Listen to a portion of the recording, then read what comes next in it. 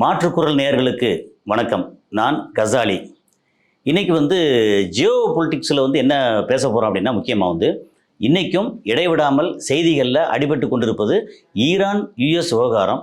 அதுக்கப்புறம் இங்கே GCC countries, இந்த வளைகுடாவில் சவுதி அரேபியா அண்டு யுஏஇ அதுக்குள்ளே உள்ள பிரச்சனையில் அபுதாபி கொஞ்சம் ஒரு மாதிரி கொஞ்சம் ஷேக் ஆகி போய் கிடக்கு அப்படிங்கிற அந்த ஒரு விஷயம். இந்த ரெண்டு விஷயத்தையும் நம்ம இப்போ பேச போகிறோம். ஏன்னா ரெகுலராக பேசும்போது அடுத்தடுத்த அப்டேட்டில் நம்ம பேச போகிறோம். இப்போ என்னென்னா, நம்பர் 1 ஈரான் என்ன பொசிஷன், என்ன கண்டிஷன் அப்படின்னு சொல்லி நம்ம பார்க்குறோம்னா, ஈரான் ஸ்ட்ரெய்ட் ஆஃப் ஹார்மோஸ் அப்படின்ற அந்த ஒரு ஜலசந்தி, அந்த இடத்துக்கு மறிக்கிற மாதிரி நின்னாங்க. அமெரிக்காவோட யுஎஸ்எஸ் ஆப்ரஹாம் கப்பல் நின்னாங்க. அதுக்கப்புறம் இவங்க சொல்லி பார்த்தா நடக்கலை. அதுக்கப்புறம் ட்ரோனை விட்டாங்க. அதுக்கப்புறம் பிரச்சனை வந்துடும் அப்படின்னு சொன்ன உடனே அந்த கப்பலை 500 மைல் தொத்து பின்னாடி இன்டர்நேஷ்னல் வாட்டர்ஸ் அந்த ஏரியாவில் அந்த கப்பலை கொண்டு போய் நிறுத்திட்டாங்க. அதாவது ஈரானுக்கு பயந்து அமெரிக்கா பின்வாங்கிட்டாங்களா அப்படின்னா அதை கிட்டத்தட்ட ஆமான்னு சொல்லலாம், அல்லது 100% ஆமாவானா அப்படின்னு சொல்ல முடியாது. கிட்டத்தட்ட அந்த ரேஞ்சு தான். என்ன அடிச்சிட்டாங்கன்னு என்ன பண்ணுறது? 1 லட்சம் கோடி ரூபா சொத்து உள்ளது. அப்புறம் திரும்ப பெரிய அளவுக்கு பிரச்சனை வந்துடும். அமெரிக்காவும் தாங்காது, ஈரானும் தாங்காது, வளைகுடாவே தாங்காது, இஸ்ரேல் மேப்பில் இல்லாமல் போயிடும். அப்படிங்கிற ஒரு சூழலில் ஒரு புத்திசாலித்தனமான முடிவுன்னு சொல்லலாம், அல்லது ஒரு பயத்தில் எடுத்த முடிவுன்னு சொல்லலாம். அப்படி பின்னாடி பின்வாங்கிட்டாங்க. ஆனால் பின்னாடி போனதுக்கப்புறமா அவங்க என்னெல்லாம் பண்ணுறாங்கன்னு உளவு பார்க்குறதுக்காக, ஏன்னா உளவு பார்க்குறதுல கில்லாடிகள் எப்போவுமே அமெரிக்கா, இஸ்ரேல், இந்த மாதிரி நாடுகள் தான். என்ன பண்ணுவாங்கன்னா, இப்போ ரெகுலராகவே ஏமனுக்கு மேலே அமெரிக்காவோட ட்ரோன் பறந்துக்கிட்டே இருக்கும். கேட்டால் ஏமனில் என்னென்ன ஆக்டிவிட்டிஸ் நடக்குதுன்னு கம்ப்ளீட்டாக டீட்டெயில் எடுத்துக்கிட்டு இருக்கோம். அவங்க போய் உளவு பார்த்தாங்கன்னா அது அவங்களோட ராஜதந்திரம். அதே இது ஈரான் இந்த மாதிரி இன்டர்நேஷ்னல் வாட்டர்ஸ்ன்னு சொல்லி அந்த கடலில் பொதுவான இன்டர்நேஷ்னல் கடல், அது எந்த நாட்டுக்கும் அந்த எல்லைக்கு உட்பட்ட சொந்தமான இடம் இல்லை. அப்படின்ற இடத்துல அந்த இன்டர்நேஷ்னல் இதுக்குள்ளே கப்பல் போய் நிற்கலாம், அந்த ரூட்டில் ட்ரோன் பறக்கக்கூடாது அப்படிங்கிறதுனா அது ஒரு சர்வாதிகாரம் தான். ஏன்னா அமெரிக்கா எப்போவுமே சர்வாதிகாரம் தான் பண்ணிக்கிட்டு இருக்கு. ஆனால் அதேமாரி அந்த யுஎஸ்எஸ் ஆப்ரஹாம் லிங்கன் பக்கத்தில் இந்த மாதிரி ட்ரோன் 2 ட்ரோன் முக்கியமாக பறந்து, அப்புறம் அங்கேருந்து என்ன நடக்குதுங்கிற ஆக்டிவிட்டீஸ் எல்லாத்தையும் ஈரானுக்கு அந்த ஐஆர்ஜிசி அவங்களுடைய தலைமையகத்துக்கு நிறைய ஃபோட்டோஸ் வீடியோஸ் எல்லாம் அனுப்பிச்சி விட்டு, அதை சிலவற்றை அவங்க ஈரான் லேசாக வெளியே விட்டு, அப்படின்னு அமெரிக்காவுக்கு கோவம் வருமா வராதா, நான் எவ்வளோ பெரிய ஆள் இந்த உலகத்தில், என்னை நீ இப்படி சீண்டி பார்க்குறியா அப்படின்னு அந்த 2 ட்ரோனையும் அமெரிக்காவோட F-35 விமானத்தை வச்சு சுட்டு வீழ்த்திட்டாங்க.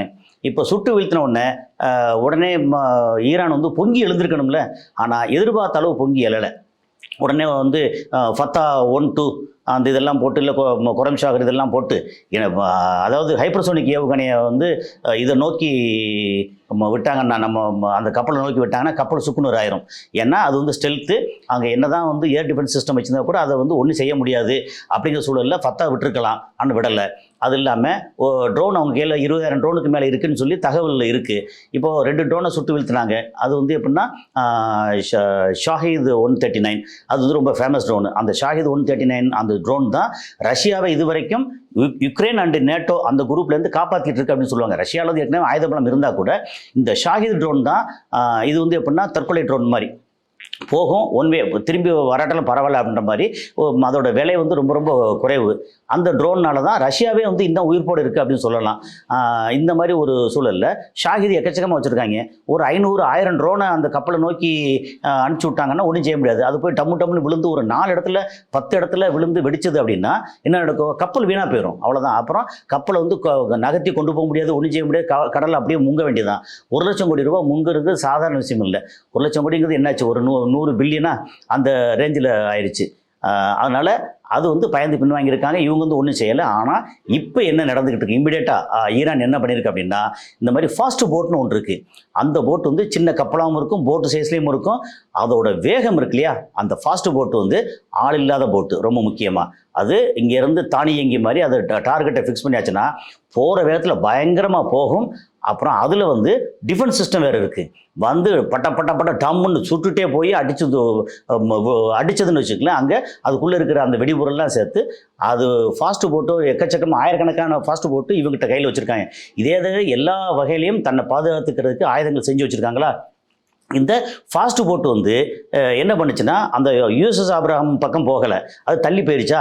ஆனால் இந்த ஸ்டேட் ஆஃப் ஹார்மோஸ் அப்படிங்கிற அந்த 33 கிலோமீட்டர் விட்டு இருக்கக்கூடிய அந்த ஹார்மோஸ் ஜலசந்தி அது வழியாக தான் ரொம்ப முக்கியமாக உலகத்தில் இப்போ தேவைப்படுற சப்ளை பண்ணக்கூடிய 21% ஆயில் அந்த ரூட்டில் தான் போகுது. அது எந்தெந்த நாட்டோட ஆயில் போகுது அப்படின்னா ஈரானோட ஆயில் போகுது, அதுக்கப்புறம் யுஏஇயோட மேஜர் ஆயில் இங்கேருந்து தான் போகுது, அப்புறம் கத்தாரோட முழுக்க அதோட நேச்சுரல் கேஸ் ஆயில் அங்கேருந்து தான் போகுது, அப்புறம் ஈராக்கில் வந்து எடுக்கக்கூடிய ஆயில் இப்போது யுஏ இருக்கட்டும், கத்தாராக இருக்கட்டும், அப்புறம் இங்கே ஈராக்காக இருக்கட்டும். ஈராக்கில் ஆயில் யாரோடதுன்னா அமெரிக்காவோடது ஆப்வியஸ்லி. அப்புறம் கத்தார், யுஏஇ அமெரிக்காவோட டைப் பண்ணியிருக்காங்க. அப்போ இந்த மாதிரி இடத்துல வந்து அமெரிக்கா பெரிய அளவுக்கு பாதிக்கப்படுது அப்படின்னா அந்த ரூட்டில் இங்கே ஈராக்லேருந்து எடுத்த எண்ணெய் கப்பல் அது அங்கே போகும்போது, அந்த ஹார்மோஸ் ஜலசந்தி போகும்போது அதை நோக்கி சுற்றி இந்த ஃபாஸ்ட் போட்டு போய் அட்டாக் பண்ணலை, ஆனால் பயமுறுத்தினது. அப்படி பயமுறுத்தினோடனே உடனே அதுக்கு வந்து லப்பன்னு அடிக்கிறாங்க. அடித்தா அந்த ஆயில் வந்து அந்த இடத்துல கசியும், எல்லாம் முடிஞ்சும் சோழி முடிஞ்சிடும். அந்த இடத்த ஒருவேளை அங்கே ஈரான் ஸ்டாப் பண்ணா. ஏன் ஈரான் ஸ்டாப் பண்ணான்னு சொல்கிறோம் அப்படின்னா, அந்த ஹார்மோஸ் நீரணை வந்து யாருக்கு சொந்தமானதுன்னா முழுக்க 100% ஈரானுக்கு சொந்தமானது. ஸோ ஈரான் நினைச்சா தான் அது வந்து திறந்து விடலாம், இல்லை க்ளோஸ் பண்ணலாம். இது இன்டர்நேஷனல் அப்படின்னா அது இன்டர்நேஷனல் இல்லை, ஈரானோடது. அதனால் அவன் நினச்சி மூடிட்டான்னா என்ன நடக்கும்? நம்பர் 1 கிட்டத்தட்ட 70-80% ஜப்பானோட ஆயில் நேச்சுரல் கேஸ் எல்லாமே இந்த ரூட்லாம் போகுது. அது போக வந்து கொரியாவாக இருக்கட்டும், அப்புறம் சைனாவோடது, இந்தியாவோடது நிறைய பர்ச்சேஸ் அந்த ரூட்டில் தான் வருது. அது எல்லாமே அந்த மொத்த நாடுகளும், அது ஆசிய நாடுகள், முக்கியமான ஆசிய நாடுகள் பூரா வந்து ஆடி போயிடும். அப்புறம் அமெரிக்காவுக்கு பெரிய லாஸ் ஆகும் இந்த மாதிரி ஒரு சூழல்.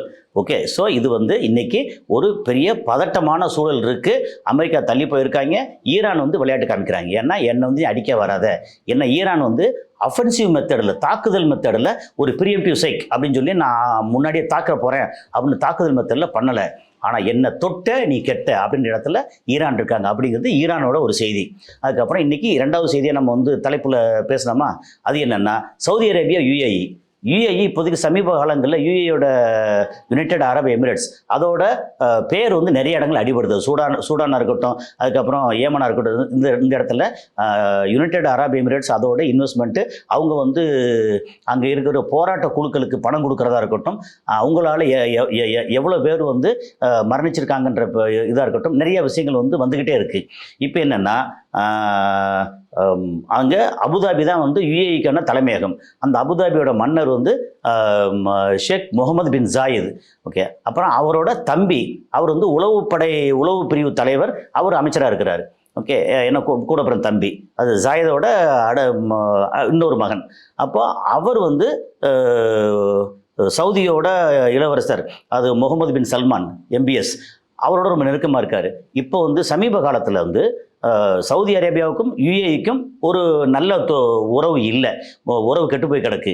அப்படிங்கிற சூழலில் அபுதாபியில் இருக்கிற அடுத்த கட்டத்தில் இருக்கிற தலைவர் இவரோட ரொம்ப நெருக்கமாக இருந்தால், நாளைக்கு சவுதி அரேபியாவோட ஆதரவோட அந்த முகமது பின் ஜாயத் அந்த ரூலரை தூக்கி போட்டு இவர் வந்து தாகணுன்னா அவர் வந்து சேர்ந்துட்டாருன்னா என்ன பண்ணுறது? அப்போ மொத்தத்துக்கு ஆடி போயிடும் அப்படின்னு என்ன பண்ணிட்டாரு, திடீர்னு அந்த இப்போ ரூலராக இருக்கிறவர் தன்னோட மகன் ஹாலித் பின் முகமது, அது முகமதோட மகன், அவர் கிரவுன் பிரின்ஸு, அவர் பேரில் கிட்டத்தட்ட 23 லட்சம் கோடி ரூபாய் வந்து ஒரு நாளில் அவர் சொத்தை பூரா ட்ரான்ஸ்ஃபர் பண்ணியிருக்காரு. அந்த ஃபேமிலியோட சொத்து அப்படின்னு எடுத்தீங்கன்னா 30 லட்சம் கோடியை தாண்டி, அது கிட்டத்தட்ட ஒரு 350 பில்லியனுக்கு மேலே இருக்குது. அதில் 260 பில்லியன் US டாலர், அது வந்து 23 லட்சம் கோடி, அதை வந்து ட்ரான்ஸ்ஃபர் பண்ணியிருக்கிறார். ஓகே, பண்ணனால என்ன நடக்கும்? நாளைக்கு ஏதாவது ஒன்றுனா இவர் தான் அங்கே இருக்கிற ரூலர் அப்படின்னு வந்து இப்போவே பட்டம் கட்டுறது அப்படியே கட்டி வச்சுருக்காங்க. இது அடுத்து என்ன நடக்க போகுதுன்னு தெரியல. ஆனால் இந்த சவுதி யுஏஇ உரசல் இருக்கே, இந்த உரசல் இதில் வந்து எப்படின்னா, இதில் மதம் கிடையாது, இனம் கிடையாது, ஒன்றும் கிடையாது. இவங்களுக்கு தேவை நான் மன்னராக தொடரணும், என்னோடய அதிகாரம் வேணும், அப்புறம் அந்த பணத்தை பூரா நான் எடுத்து என்னோடய சொத்து என் மக்களுக்கு வந்து, அங்கே இருக்கிற மக்கள் வந்து பிச்சை எடுக்கலை, ஆனால் நல்லா தான் இருக்காங்க. ஆனால் இவ்வளோ சொத்து எல்லாம் சேர்த்துக்கிட்டு அந்த மக்களுக்கு ஒரு சாதாரண குடிமக்கள் மாதிரி வச்சுருக்கிறது இருக்கு இல்லையா, அதுவே வந்து சொல்லப்போனால் ஹராம். அதை பண்ணிகிட்டே இருக்காங்க. சரி, என்ன அடுத்து என்னன்றதுன்னு பார்ப்போம். அடுத்தடுத்த பதிவுகளில் அப்டேட் நம்ம பேசுவோம். நன்றி.